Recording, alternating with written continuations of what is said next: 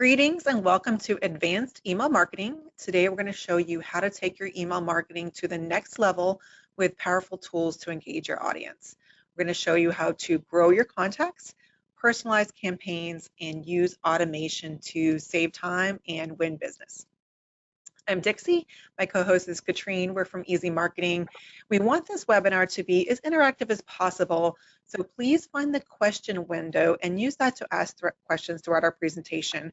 We are going to have a specific Q&A section at the end, but we will try to get to them as we can. But if we missed your question or if you mull it over and think of something later, here's our contact information. We'd love to hear from you. We respond to every email. And we're on all the major social media platforms. So we invite you to follow us there as well for free, helpful information about email marketing and also just to keep in touch. Easy Marketing is located in Northeast Florida with clients throughout the US and abroad. And we specialize, of course, in email marketing, but also website design, social media management, graphic design. And we are celebrating 21 years in business. Yay. So in some of our previous webinars recently, we've looked at the basics of email marketing. So if you are relatively new to email marketing, maybe you're not sure exactly what it is or how to choose the right email marketing platform for your business, or if you're looking for tips on design or writing emails, we encourage you to go back and review those presentations. They're available on our YouTube channel, Easy Marketing. Because today we're going to cover more advanced topics. So we're going to look at growing your distribution list, how to personalize emails, using automation, and analyzing reporting tools to improve your outcomes. So first, let's talk about growing your email marketing list. This is one of the best ways to engage customers and to grow the bottom line. So I'd like for you to think back to the last time that you signed up for an email list and specifically how and why. Maybe you were in store making a purchase and they asked for your email, or maybe you were on a website and they offered you like a discount off your first order. Those are some really common ways that people subscribe to email lists. Ideally, for your organization, you want to use a variety of methods. So when you're thinking about the places that you want people to sign up for your email list, think about these three categories: in person, online, and in print. So for in-person interactions, it's really everywhere that you're interacting with current and potential customers or supporters. So you want to train your staff to ask people to subscribe to your email list when they are making a purchase, when you're helping someone on the phone or at your location, and also at trade shows, events, and other networking opportunities. In the old days, we might have put out a clipboard, right, for people to provide their email address, or like a fishbowl to drop in their business card. Today, we have much better tools. You can provide a page, and you can also provide a QR code for people to scan with their phone, or even a tablet that's connected to your sign-up page. If you're using Constant Contact as your email marketing platform, and that is the one that we use for ourselves and recommend to our small business clients, they have a list builder app. And what that does, it syncs directly to your account so that when people provide your email, you're not having to take that second step to add them to the list. Plus, you don't have to worry about reading their handwriting. You know, it goes right in there, and it even works without Wi-Fi. So that's a great feature. And when someone signs up this way, their permission for you to email them is already documented, so you're not having to keep paper records. So again, just train your staff and yourself anytime that you are interacting with current or potential customers to make it a business decision that you're going to ask them to sign up for your emails. Next, we want to think about all the ways that you can grow your list online. So maybe you have a website, social media channels, listings on Google My Business or Yelp. These are all great places to encourage people to sign up. Your website, first and foremost, because you own it. You're in charge of that content. But keep in mind that visitors typically stay only about 15 seconds. So you want to hit them with this request right on the home page, and particularly a pop-up form is nice to catch their attention. Social media is another great opportunity to grow your list because now you're going across platforms, right? You can share your sign up link in posts and definitely include it at the top in your profile so that it's always accessible. And then there's your personal email, right? Your individual email where you're interacting with customers. Put it down there at the bottom in your signature, the same way that you provide your phone number or your website. Have a link there for people to sign up for your emails.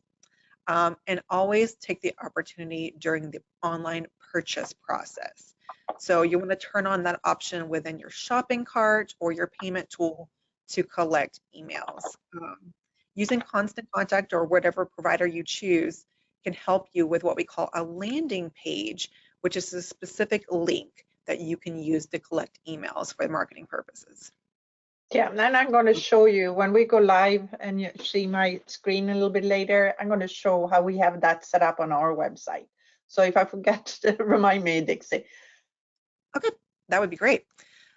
We also want to think about where you interact with people in the physical world. So if you have a brick and mortar, that's an obvious place. You want to provide a way to sign up with some signage at your location, maybe a little, QR code at the checkout, on your business cards, flyers, brochures, anything they can see or hold. As we said, a lead generation page is a great way to grow your list away from the website. And what you do is you take that link and use a tool to turn it into a QR code. And that provides an easy way for people to describe just with a click of their phone on all of your print materials. So once you have these wheels turning, thinking about all the places and where you want people to sign up, next you want to think about why. Why would they do that? In order to entice people to sign up to your email list, you really have to consider how you're asking. So let's look at a couple reasons people might subscribe.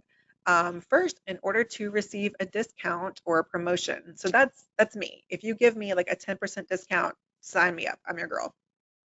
Another common reason is that people want to show support for your cause, your organization, so they can stay in the know with what's happening and potentially volunteer or donate to your cause.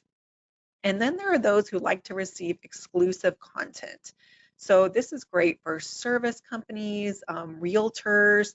For example, you can't give a 10% discount on a home, but you do have something really valuable, and that's market insight to share, or perhaps a how-to guide for staging your home. That's something that you can give people in exchange for, say, signing up for your email. What you don't want to do is simply say, join our mailing list. I caution against that because no one wakes up in the morning and goes, hey, I can't wait to get more email today. Instead, you want an ask that is enticing enough for them to want to stay in the loop and receive all of the valuable content that you're providing. So your ask should kind of clue them in as to what you're going to be sending and the value that they're going to get in return. Remember, it's not just about them receiving emails, it's about them getting information and expertise and the value that only you can provide. Yeah, and regarding the content of it, yes, go back a couple of workshops, and we had a full workshop on what to put in the emails to make them valuable for people. Yeah, that was a great one. Mm-hmm. So let's look at just a couple quick examples of ways you can catch people's attention and entice them to sign up. You might offer some sort of discount or promotion if that makes sense for your business. Here's a form from Southside Cycling. They're asking people to sign up and they get 15% off their next purchase. So that's one way you might do it.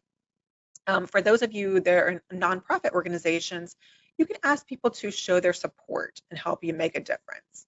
So here, Hearts and Tails is offering a free pet adoption guide as a valuable resource to people who sign up for their emails. So these are a couple examples to get you thinking. You're obviously going to have to adjust them for your business and your industry. And this last one is offering some exclusive content. So you might think about an educational ebook, a white paper, a step-by-step product guide, maybe a how-to video of how to use your product. Those are all different things that we call exclusive content. So this is a form from French Consulting. They're offering a free ebook. And the form also lets subscribers know that they're going to receive future emails to help them market their business, and that they're getting no more than 3 a month. So it's good to kind of set that expectation how often they are going to hear from you. But let them know what they're going to get in return, so that they can sign up for your emails. This is so interesting because before we started this morning, I'm finishing up a website for a client, and they have some special content on that site. And I just set up one of those things. They have to sign up for an email, and they have to give their contact information. And as soon as they do that, they get an email with a contact and a link to a page where they can see that exclusive content. So they can't find it on the menu. They get it in an email as a thank you for giving their contact information. Yeah, that's a great example. That's a really common technique, especially if you're not a business that can provide like a discount off a product. So the next advanced topic we're going to talk about is personalizing your email campaigns. So as a small business, you see and interact with your customers on a daily basis. You know them on a personal level, and you want to personalize your emails in the same way. Research shows that 52% of customers are likely to switch brands when the communication isn't personal. Those personalized emails get 11% higher open rates and 27% more clicks. And contacts who receive relevant content spend more money and tell more people about you. So there are many benefits. We see an increase in sales, revenue, and donation, stronger loyalty, improvements to the customer service experience, and more repeat business. Just remember that these contacts are one of the most valuable assets of your business. So personalizing your email marketing is not only going to improve results, but also maximize the value that you bring. So let's look at a couple examples of how to personalize your emails. Hopefully, when you're asking people to sign up, one of the fields that you're requesting is their first name at a minimum. Dale Carnegie reminds us that a person's name is to them the sweetest and the most important sound in the language. So that's why you can add the name to the email campaign. And you've got a couple of different options to do that. You can add their name or other contact emails in the subject line. Emails with personalized subject lines get 26% more opens. So right there, just by adding the name, you're going to get a quarter more people opening it. Alternatively, you could add a greeting tag with your contact's name in the body of the email. In a second, Katrine's going to give us a demo and show you how both of those things are done. You can also use other fields to provide a bit of personalized information. So that's going to depend on your business, but it could be a pet's name. It could be, the last time their website was updated. It could have been like it's time to schedule your next review. Whatever bit of information makes sense for your business, if you put it in there, they know it's personal just for them. Just make sure to read it out loud. You want it to sound natural, like you're having a one-on-one conversation. Another way to personalize emails is to provide different content based on the user's unique needs and interests, right? So somebody who's just joining your business probably has different informational needs than somebody who's been a customer for 10 years. Just the way your employees have different informational needs than your donors or your volunteers or the people that you serve. So to meet all these different needs, what you need to do is to segment your email list. So segment is what we call dividing your email list into smaller like groups, kind of categorizing people together.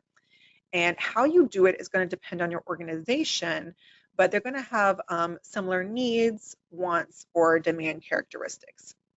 This allows you to create targeted content based on those categories, which is going to increase your open rates and get more people to take actions.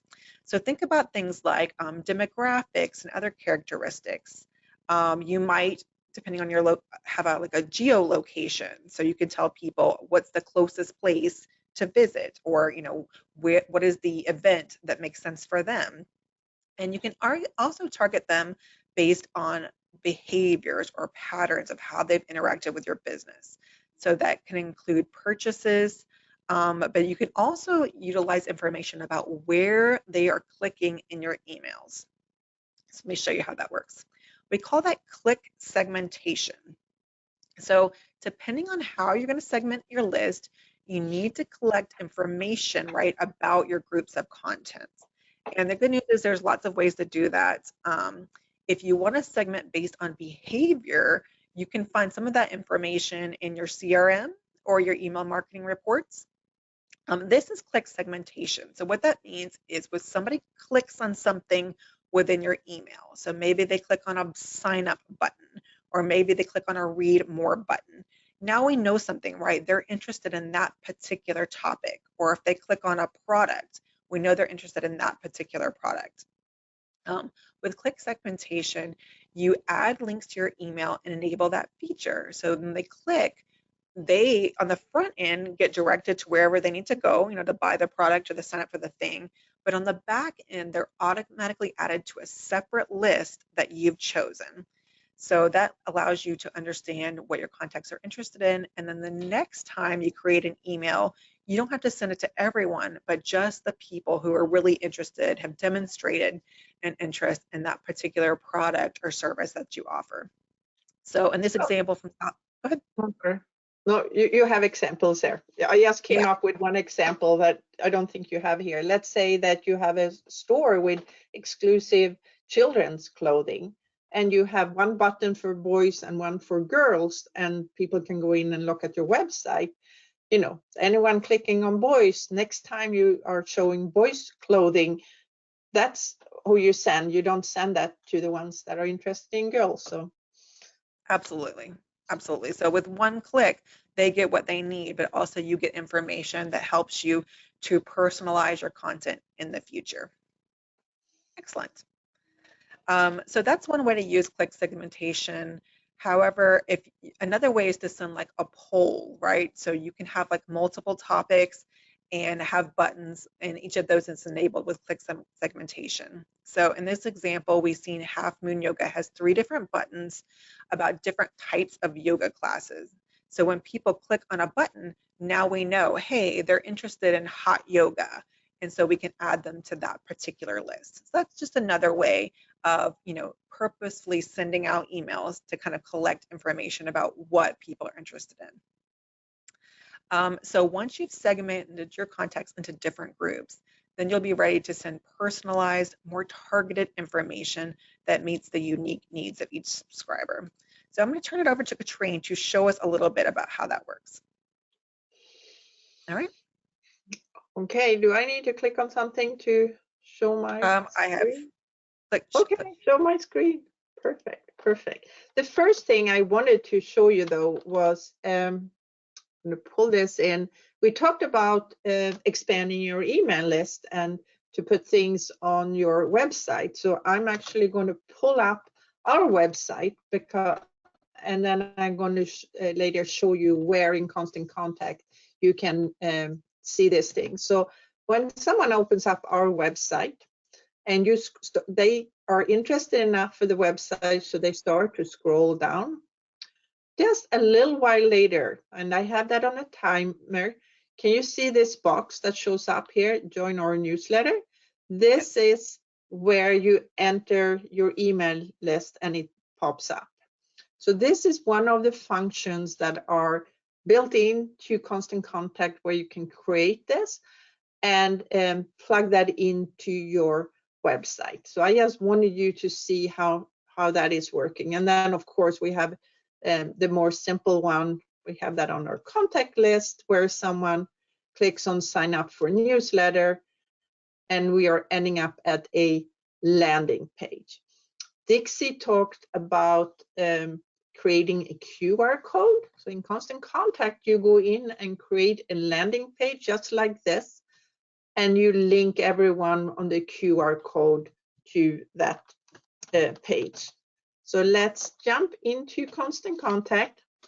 And all of this, when it comes to the sign-up forms, you can find under sign-up forms.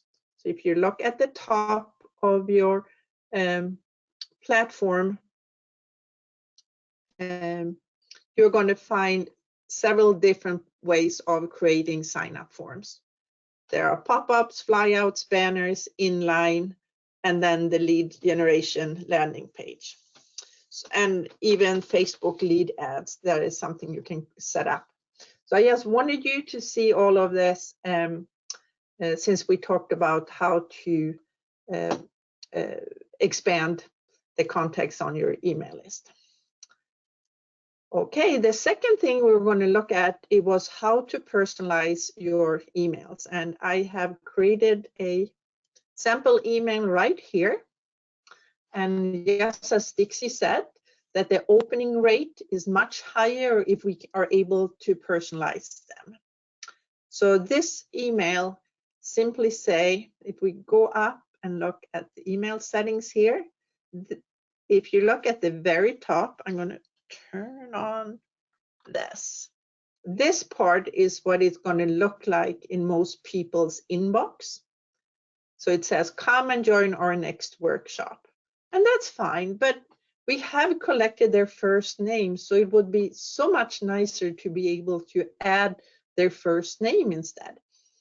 And I would like to have that at the very beginning. And if you look at the screen, there is something called personalization or personalize. And this is where I can choose different things. And in this case, it's easy because it's the first name. And we are simply putting that in here. And of course, we don't want it right there. We do want it over here. So we want that first. So it's going to be first name. And I think there's going to be a comma here. I think we can add that comma.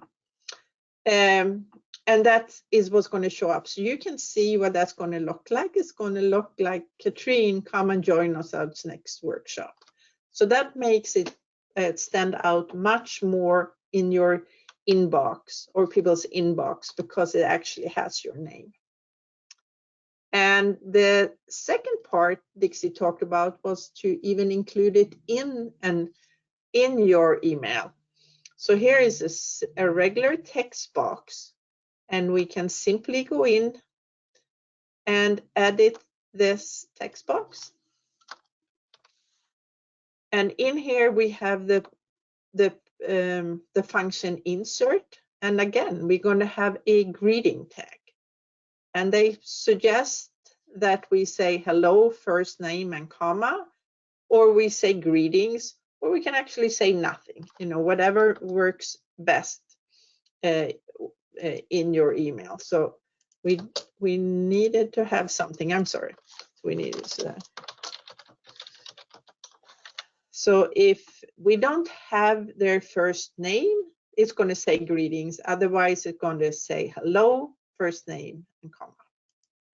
So that's an easy way to make your emails much more personal, and you will get much better results and outcome. Okay, Dixie. Thank you. Perfect. It's so helpful to see it, like how to actually do it and how easy it is with just a couple clicks to make it more personal. So next we're going to talk about automation. All right, let's get my screen going. And when you work on that, I can take one of the questions we have here that kind of goes with that. What is a good way to get more information from people who have subscribed in the past? So, for example, I already have first names and email. What is a good way to get the job title company? So you just have to offer them something. I think that's the thing. You can always send a regular form to them and ask them to update their contact list. But if you're able to even offer them something, that's another way. Especially, let's say that you're asking for their mailing address.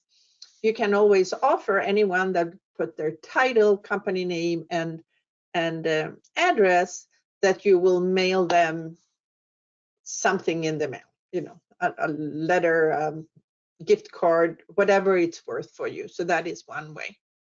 Yeah, and in your landing page, you can select what fields that people can enter And you also can select which ones are mandatory. So you might make just the email and the first name mandatory, or you might have other fields be mandatory based, on your business. I wouldn't go crazy because people, some people are shy about giving too much information. So do just the ones that are really going to be helpful to your organization. But Yes, that's a and good question. yeah, and I do get another question. I own a construction marketing company. What types of things should I ask to get people to sign up for emails? The short answer is the less the better. But I would always go with first name and of course email address. But it depends on, if it's construction marketing. I mean, if people doing business, I talked about my website earlier that is for a chemical company, and anyone that wants that super specific content, they will put their phone number and their company name because this is so specific and they know that that information is needed. But if you're selling ice creams or and doing today's special ice cream taste, you really don't need anything more than first name and email. Exactly. So we talked about personalization, which is taking one email that you send out and adding different bits of information so that it looks different to the end user, right? It might have their name, it might have a way to collect information based on what they click. Now we're switching gears and talking about something different, which is automation. So automation is for you, it's to save you time so that you basically are creating one email template and it gets sent out to different people at different times based on some kind of trigger. So these are a couple different common automated emails: welcome, anniversary, and birthday. So let's look at these. So in addition to saving you time, they are also really successful. Automated welcome emails have been known to generate 320% more revenue per email versus any other promotional email. So if you're not using a welcome email when somebody first signs up to your list, definitely make that part of your plan for this year. 77% of automation users see an increase in conversions. So this is something that you want to try. So when someone signs up to your email list, you want to hit them right away with a welcome email. You can just do one welcome email, or you can do like a two-part series. So the first would say, thank you so much for joining up. And then the second might give more information, like how to use your product, how to get in touch with customer service, that kind of thing. It's sort of an invitation to connect. So maybe you tell them about your LinkedIn page or your other social media. But a welcome email is very important. And again, you can automate it in Constant Contact or your service provider by setting it up once and then telling it when to send. So the trigger might be when somebody signs up to my email list, 5 minutes later, they get this welcome email, and then you can set the second one to go 3 days later or 5 days later. You can set a timer on that welcome email. The next is the birthday and anniversary emails. So these are automatically sent specific to each user, each contact. So the birthday email can be triggered to send on or before their birthday to make them feel special. Opening rates here are like in the 34% range, which is like double the average. So these, again, are very good emails that you should be sending. If you don't want to collect somebody's specific birthday, because sometimes for security reasons they might want to give that, just collect their birthday month. I would tell you that I was born in July. You're not going to steal my identity. And then you can send out all the July birthdays at once, and maybe they get some kind of content, maybe they get some kind of special offer. But those are really great emails to send, either the birthday day, week, or month. Another one is an anniversary email. So I don't mean their wedding anniversary, but some kind of anniversary with your company. So it's kind of like a yearly reminder, it's time to sign up, or you've been with us a year, thank you so much.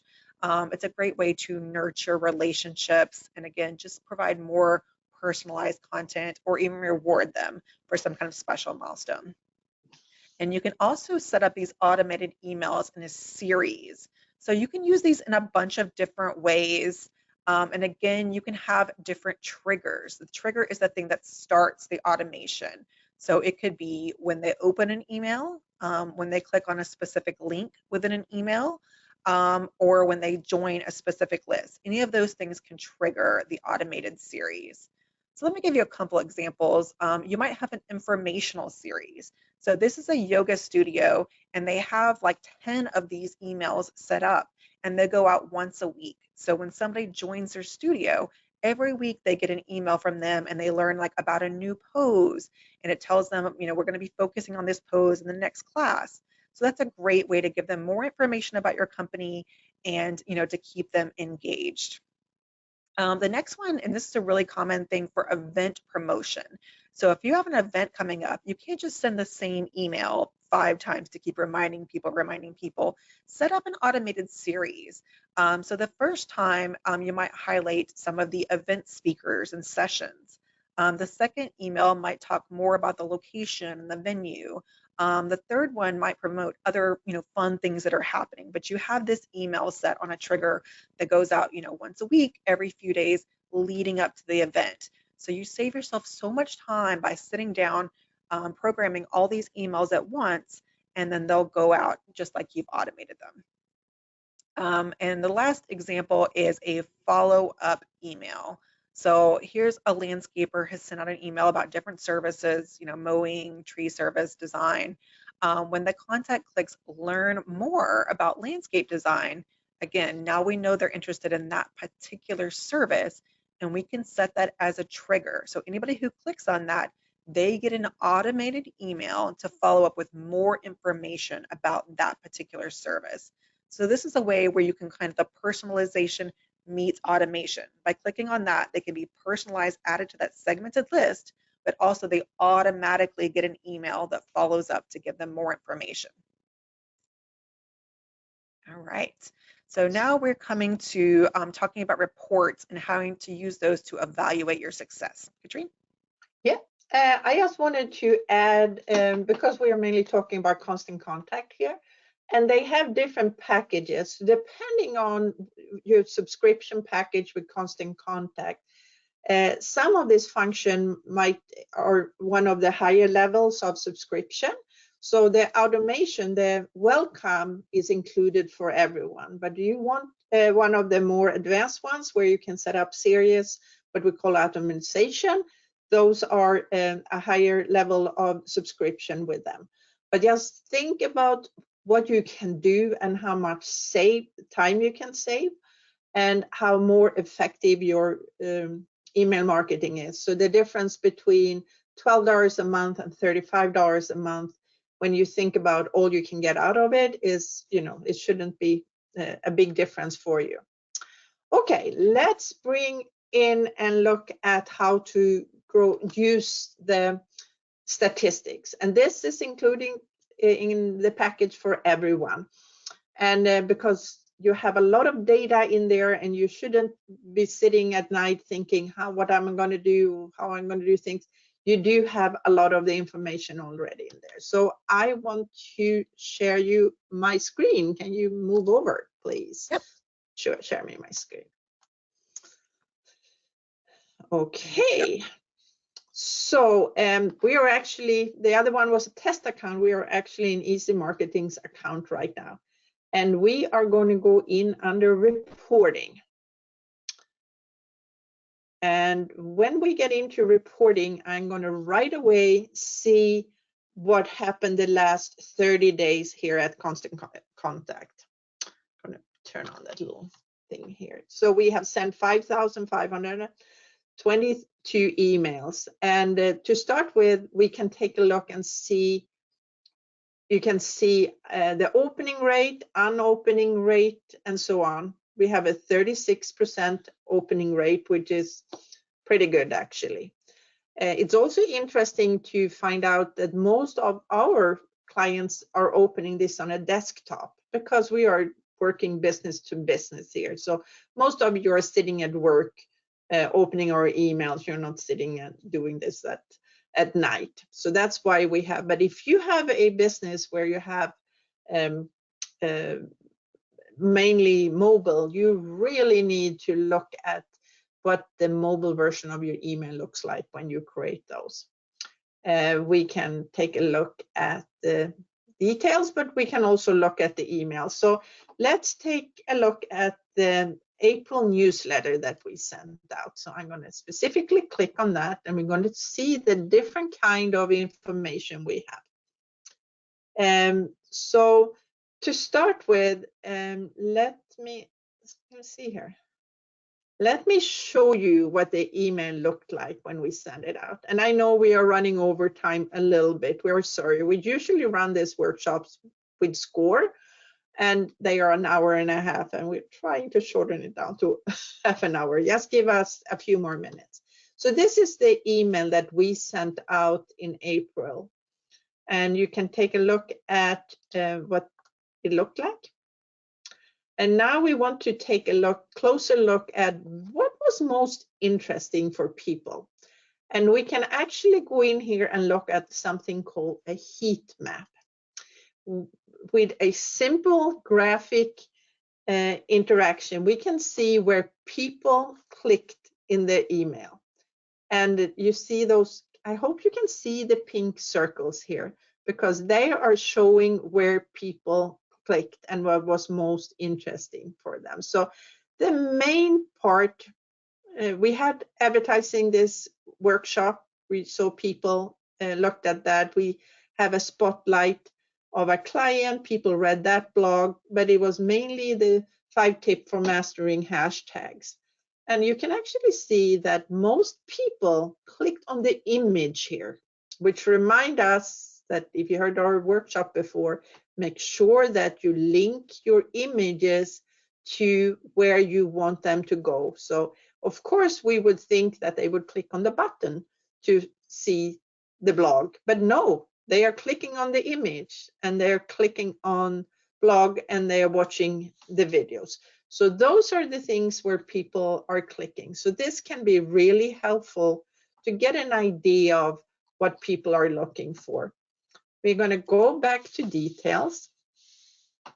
Let's see here, reporting, I'm sorry.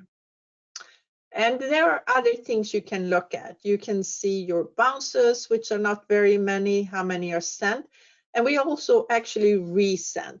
So that is this is a good thing, because if you send something out and then you can resend it after, Dixie, is it after how many days do you resend that email? You can do up to 10 days. So it's 1 to 10 days after the original, depending, on your industry. And it's only to people who did not open it the first time.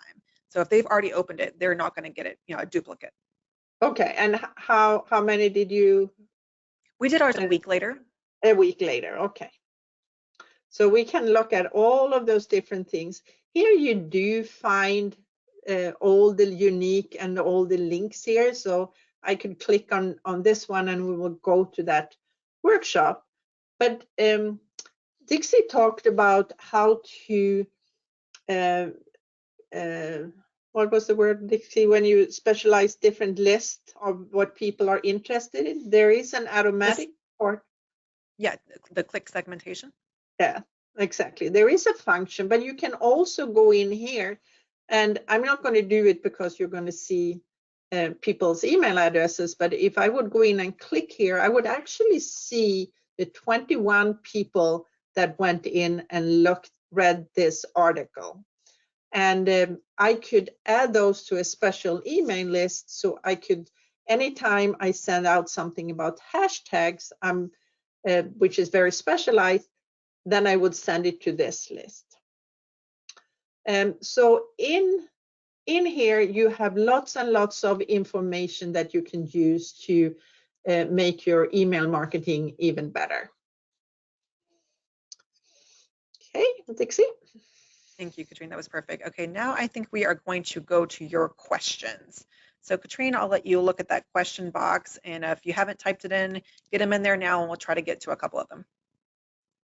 Yeah, I think I covered all the questions here, so okay. I think we are good. Yeah. Awesome. All right, well then next we have just our information. So this is our next workshop. We thank you so much for joining us. This time I'm going to switch gears and talk about your website, the important pages, how to build it, how to make it better. So we hope you'll join us for that next month. It's free. And then here again is our contact information. So if you think of something later, please get in touch with us. And that QR code there is for a free trial of Constant Contact. So if you're not doing email marketing, or if you've been using some kind of free plan and it doesn't have any robust features that you might need, scan that, give it a try, and you're welcome to call us as well, and we'll help you get started. So we hope this or you can go to www.itiseasy.com and you have the domain. Absolutely. Thank you so much for joining us, and we will see you soon.